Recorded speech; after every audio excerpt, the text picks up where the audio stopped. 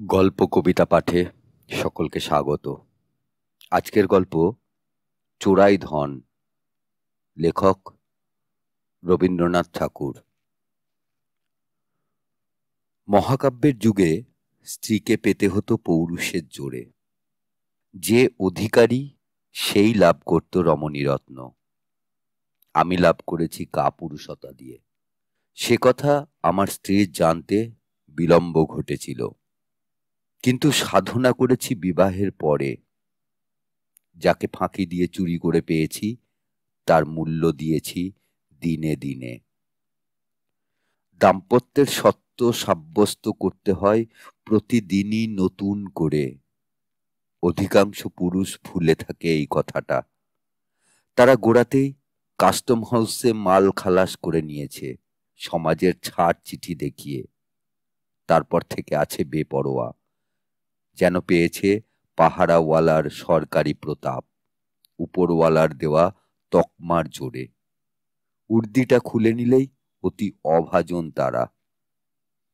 বিবাহটা চিরজীবনের পালাগান, তার ধুয়ো একটা মাত্র, কিন্তু সঙ্গীতের বিস্তার প্রতিদিনের নব নব পর্যায়ে। এ কথাটা ভালো রকম করে বুঝেছি সুনেত্রার কাছ থেকেই। ওর মধ্যে আছে ভালোবাসার ঐশ্বর্য, ফুরোতে চায় না তার সমারোহ। দেউড়িতে 4 প্রহর বাজে তার সাহানা রাগিনী। আপিস থেকে ফিরে এসে একদিন দেখি আমার জন্যে সাজানো আছে বরফ দেওয়া ফলসার শরবত। রং দেখেই মনটা চমকে ওঠে। তার পাশেই ছোট রূপোর থালায় গোড়ে মালা। ঘরে ঢোকবার আগেই গন্ধ আসে এগিয়ে। আবার কোনোদিন দেখি আইসক্রিমের যন্ত্রে জমানো শাঁসে রসে মেশানো তালশাঁস 1 পেয়ালা, আর পিরিচে একটি মাত্র সূর্যমুখী। ব্যাপারটা শুনতে বেশি কিছু নয়, কিন্তু বোঝা যায় দিনে দিনে নতুন করে সে অনুভব করেছে আমার অস্তিত্ব। এই পুরনোকে নতুন করে অনুভব করার শক্তি আর্টিস্টের। আর ইতরে জনা প্রতিদিন চলে দস্তুরের দাগা বুলিয়ে। ভালোবাসার প্রতিভা সুনেত্রার নবনবন্মেষ শালিনী সেবা। আজ আমার মেয়ে অরুণার বয়স 17, অর্থাৎ ঠিক যে বয়সে বিয়ে হয়েছিল সুনেত্রার। ওর নিজের বয়স 38, কিন্তু সযত্নে সাজসজ্জা করাটাকে ও জানে প্রতিদিন পুজোর নৈবেদ্য সাজানো, আপনাকে উৎসর্গ করবার আহ্নিক অনুষ্ঠান। সুনেত্রা ভালোবাসে শান্তিপুরে সাদা শাড়ি, কালো পারওয়ালা। খদ্দর প্রচারকদের ধিক্কারকে বিনা প্রতিবাদে স্বীকার করে নিয়েছে। কিছুতেই স্বীকার করেনি খদ্দরকে। ও বলে দিশি তাঁতির হাত, দিশি তাঁতির তাঁত এই আমার আদরের। তারা শিল্পী, তাদেরই পছন্দে সুতো, আমার পছন্দ সমস্ত কাপড়টা নিয়ে। আসল কথা, সুনেত্রা বোঝে হালকা সাদা রঙের শাড়িতে সকল রঙেরই ইশারা খাটে সহজে। ও সেই কাপড়ে নূতনত্ব দেয় নানা আভাসে, মনে হয় না সেজেছে। ও বোঝে আমার অবচেতন মনের দিগন্ত উদ্ভাসিত হয় ওর সাজে। আমি খুশি হই, জানি না কেন খুশি হয়েছি। প্রত্যেক মানুষেই আছে একজন আমি। সেই অপরিমেয় রহস্যের অসীম মূল্য যোগায় ভালোবাসায়। অহংকারের মেকি পয়সা তুচ্ছ হয়ে যায় এর কাছে। সুনেত্রা আপন মন প্রাণ দিয়ে এই পরম মূল্য দিয়ে এসেছে আমাকে আজ 21 বছর ধরে। ওর শুভ্র ললাটের কুঙ্কুম বিন্দুর মধ্যে প্রতিদিন লেখা হয় অক্লান্ত বিস্ময়ের বাণী। ওর নিখিল জগতের মর্মস্থান অধিকার করে আছি আমি। সেজন্যে আমাকে আর কিছু হতে হয়নি। সাধারণ জগতে যে কেউ হওয়া ছাড়া। সাধারণকেই অসাধারণ করে আবিষ্কার করে ভালোবাসা। শাস্ত্রে বলে আপনাকে জানো। আনন্দে আপনাকেই জানি, আর একজন যখন প্রেমে জেনেছে আমার আপনকে। বাবা ছিলেন কোনো নামজাদা ব্যাংকের অন্যতম অধিনায়ক। তারই একজন অংশীদার হলে মামি। যাকে বলে ঘুমিয়ে পড়া অংশীদার, একেবারেই তা নয়। আষ্টে পৃষ্ঠে লাগাম দিয়ে জুতে দিলে আমাকে আপিসের কাজে, আমার শরীর মনের সঙ্গে এই কাজটা মানানসই নয়। ইচ্ছা ছিল ফরেস্ট বিভাগে কোথাও পরিদর্শকের পদ দখল করে বসি, খোলা হাওয়ায় দৌড়ধাপ করি, শিকারের শখ নিই মিটিয়ে। বাবা তাকালেন প্রতিপত্তির দিকে, বললেন, যে কাজ পাচ্ছ সেটা সহজে জোটে না বাঙালির ভাগ্যে। হার মানতে হলো। তাছাড়া মনে হয় পুরুষের প্রতিপত্তি জিনিসটা মেয়েদের কাছে দামি। সুনেত্রার ভগ্নিপতি অধ্যাপক, ইম্পিরিয়াল সার্ভিস তার, সেটাতে ওদের মেয়ে মহলের মাথা উপরে তুলে রাখে। যদি জংলি ইন্সপেক্টর সাহেব হয়ে সোলার হ্যাট পরে বাঘ ভালুকের চামড়ায় মেঝে দিতুম ঢেকে, তাতে আমার দেহের গুরুত্ব কমিয়ে রাখত, সেই সঙ্গে কমাতো আমার পদের গৌরব আর 5 জন পদস্থ প্রতিবেশীর তুলনায়। কি জানি, এই লাঘবতায় মেয়েদের আত্মাভিমান বুঝি কিছু ক্ষুণ্ণ করে। এদিকে ডেস্কে বাঁধা স্থাবরত্বের চাপে দেখতে দেখতে আমার যৌবনের ধার আসছে ভোঁতা হয়ে। অন্য কোনো পুরুষ হলে সে কথাটা নিশ্চিন্ত মনে ভুলে গিয়ে পেটের পরিধি বিস্তারকে দুর্বিপাক বলে গণ্য করত না। আমি তা পারি নে। আমি জানি সুনেত্রা মুগ্ধ হয়েছিল শুধু আমার গুণে নয়, আমার দেহ সৌষ্ঠবে। বিধাতার স্বরচিত যে বড়মাল্য অঙ্গে নিয়ে একদিন তাকে বরণ করেছি, নিশ্চিত তার প্রয়োজন আছে প্রতিদিনের অভ্যর্থনায়। আশ্চর্য এই যে সুনেত্রা যৌবন আজও রইল অক্ষুণ্ণ। দেখতে দেখতে আমিই চলেছি ভাঁটার মুখে, শুধু ব্যাংকে জমছে টাকা।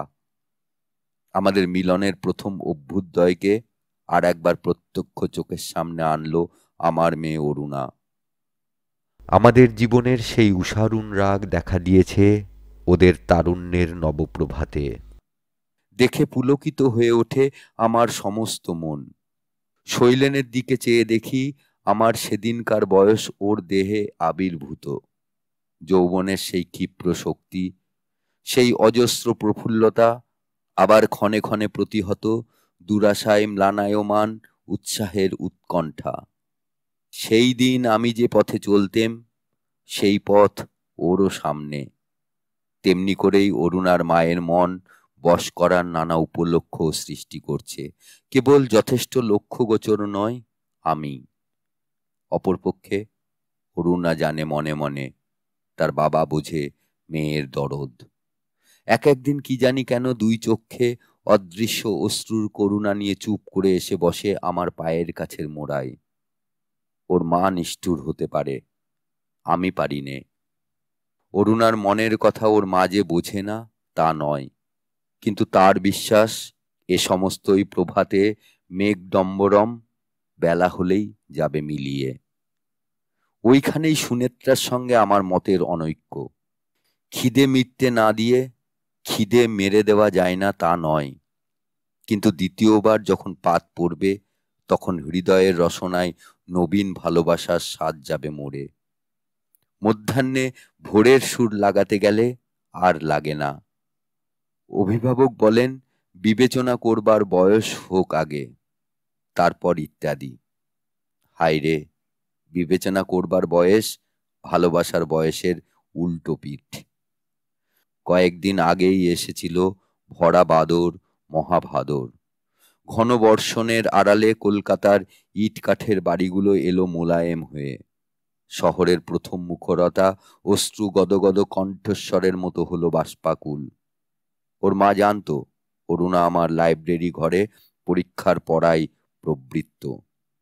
একখানা বই আনতে গিয়ে দেখি মেঘাচ্ছন্ন দিনান্তের সজল ছায়ায় জানলার সামনে সে চুপ করে বসে। তখনও চুল বাঁধেনি। পূবে হাওয়ায় বৃষ্টির ছাট এসে লাগছে তার এলো চুলে। সুনেত্রাকে কিছু বললেম না। তখনই শৈলেনকে লিখে দিলেম চায়ের নিমন্ত্রণ চিঠি। পাঠিয়ে দিলেম আমার মোটর গাড়ি ওদের বাড়িতে। শৈলেন এলো। তার অকস্মাৎ আবির্ভাব সুনেত্রার পছন্দ নয়, সেটা বোঝা কঠিন ছিল না।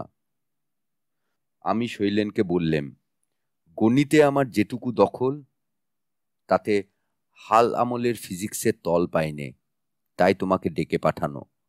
কোয়ান্টাম থিওরিটা যথাসাধ্য বুঝে নিতে চায়। আমার সেকেলে বিদ্যে সাধ্যি অত্যন্ত বেশি অথর্ব হয়ে পড়েছে। বলা বাহুল্য, বিদ্যাচর্চা বেশি দূর এগোয়নি। আমার নিশ্চিত বিশ্বাস অরুণা তার বাবার চাতুরি স্পষ্টই ধরেছে, আর মনে মনে বলেছে, এমন আদর্শ বাবা অন্য কোনো পরিবারে আজ পর্যন্ত অবতীর্ণ হয়নি।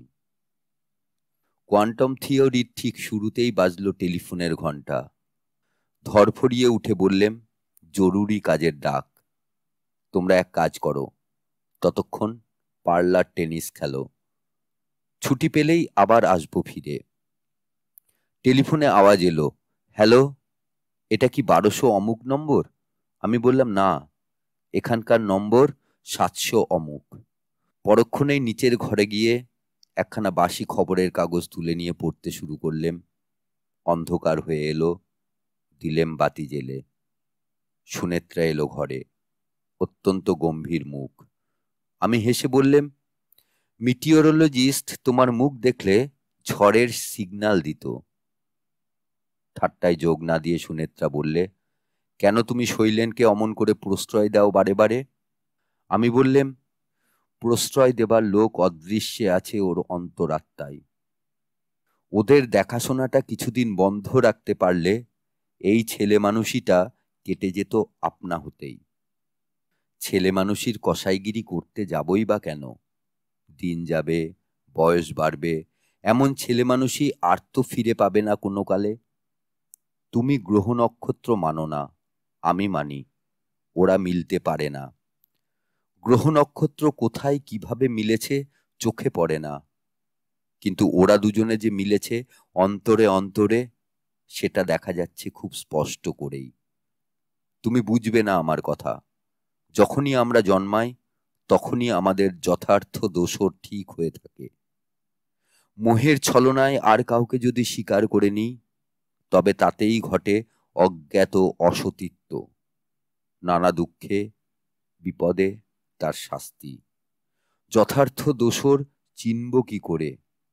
নক্ষত্রের স্বহস্তে স্বাক্ষর করা দলিল আছে। আর লুকোনো চলল না। আমার শ্বশুর অজিত কুমার ভট্টাচার্য, বনেদি পণ্ডিত বংশে তাঁর জন্ম। বাল্যকাল কেটেছে চতুষ্পাঠী আবহাওয়ায়। পরে কলকাতায় এসে কলেজে নিয়েছেন MA ডিগ্রি গণিতে। ফলিত জ্যোতিষে তাঁর যেমন বিশ্বাস ছিল, তেমনি ব্যুৎপত্তি। তার বাবা ছিলেন পাকা নৈয়ায়িক। ঈশ্বর তাঁর মতে অসিদ্ধ। আমার শ্বশুরও দেবদেবী কিছুই মানতেন না, তার প্রমাণ পেয়েছি। তার সমস্ত বেকার বিশ্বাস ভিড় করে এসে পড়েছিল গ্রহ নক্ষত্রের উপর। একরকম গোঁড়ামি বললেই হয়। এই ঘরে জন্মেছে সুনেত্রা। বাল্যকাল থেকে তার চারদিকে গ্রহ নক্ষত্রের কড়া পাহারা। আমি ছিলুম অধ্যাপকের প্রিয় ছাত্র। সুনেত্রাকেও তার পিতা দিতেন শিক্ষা। পরস্পর মেলবার সুযোগ হয়েছিল বারবার। সুযোগটা যে ব্যর্থ হয়নি সে খবরটা বেতার বিদ্যুৎ বার্তায় আমার কাছে ব্যক্ত হয়েছে। আমার শাশুড়ির নাম বিভাবতী। সাবেককালের আওতার মধ্যে তাঁর জন্ম বটে, কিন্তু স্বামীর সংসর্গে তার মন ছিল সংস্কার মুক্ত, স্বচ্ছ। স্বামীর সঙ্গে প্রভেদেই গ্রহ নক্ষত্র তিনি একেবারেই মানতেন না, মানতেন আপন ইষ্ট দেবতাকে। এ নিয়ে স্বামী একদিন ঠাট্টা করাতে বলেছিলেন, ভয়ে ভয়ে তুমি পেয়াদাগুলোর কাছে সালাম টুকে বেড়াও, আমি মানি স্বয়ং রাজাকে। স্বামী বললেন, ঠকবে, রাজা থাকলেও যা, না থাকলেও তাই। লাঠিঘাড়ে নিশ্চিত আছে পেয়াদার দল। শাশুড়ি ঠাকুরুন বললেন, ঠকবো, সেও ভালো। তাই বলে দেউড়ির দরবারে গিয়ে নাগরা জুতোর কাছে মাথা হেঁট করতে পারবো না। আমার শাশুড়ি আমাকে বড় স্নেহ করতেন। তাঁর কাছে আমার মনের কথা ছিল অবারিত। অবকাশ বুঝে একদিন তাকে বললেম, মা, তোমার নেই ছেলে, আমার নেই মা, মেয়ে দিয়ে আমাকে দাও তোমার ছেলের জায়গাটি। তোমার সম্মতি পেলে তারপরে পায়ে ধরব অধ্যাপকের। তিনি বললেন, অধ্যাপকের কথা পরে হবে বাছা, আগে তোমার ঠিকুজি এনে দাও আমার কাছে। দিলেম এনে। তিনি বললেন, হবার নয়, অধ্যাপকের মত হবে না। অধ্যাপকের মেয়েটিও তার বাপেরই শিষ্যা। আমি জিজ্ঞাসা করলুম, মেয়ের মা? বললেন, আমার কথা বলো না। আমি তোমাকে জানি, আমার মেয়ের মনও জানি। তার বেশি জানবার জন্য নক্ষত্র লোকে ছুটবার শখ নেই আমার। আমার মন উঠল বিদ্রোহী হয়ে। বললেম, এমনতর অবাস্তব বাধা মানাই অন্যায়। কিন্তু যা অবাস্তব তার গায়ে ঘা বসে না, তার সঙ্গে লড়াই করব কি দিয়ে? এদিকে মেয়ের সম্বন্ধের কথা আসতে লাগলো নানা দিক থেকে। গ্রহ তারকার অসম্মতি নেই এমন প্রস্তাবও ছিল তার মধ্যে। মেয়ে জিদ করে বলে বসল, সে চিরকাল কুমারী থাকবে, বিদ্যার সাধনাতেই যাবে তার দিন। বাপ মানে বুঝলেন না। তাঁর মনে পড়ল লীলাবতীর কথা। মা বুঝলেন। গোপনে জল পড়তে লাগলো তাঁর চোখ দিয়ে। অবশেষে একদিন মা আমার হাতে একখানি কাগজ দিয়ে বললেন, সুনেত্রার ঠিকুজি, এই দেখিয়ে তোমার জন্মপত্রী সংশোধন করিয়ে নিয়ে এসো। আমার মেয়ের অকারণ দুঃখ সইতে পারবো না। পরে কি হলো বলতে হবে না। ঠিকুজির অঙ্কজাল থেকে সুনেত্রাকে উদ্ধার করে আনলেম। চোখের জল মুছতে মুছতে মা বললেন, পুণ্যকর্ম করেছ বাছা। তারপরে গেছে 21 বছর কেটে।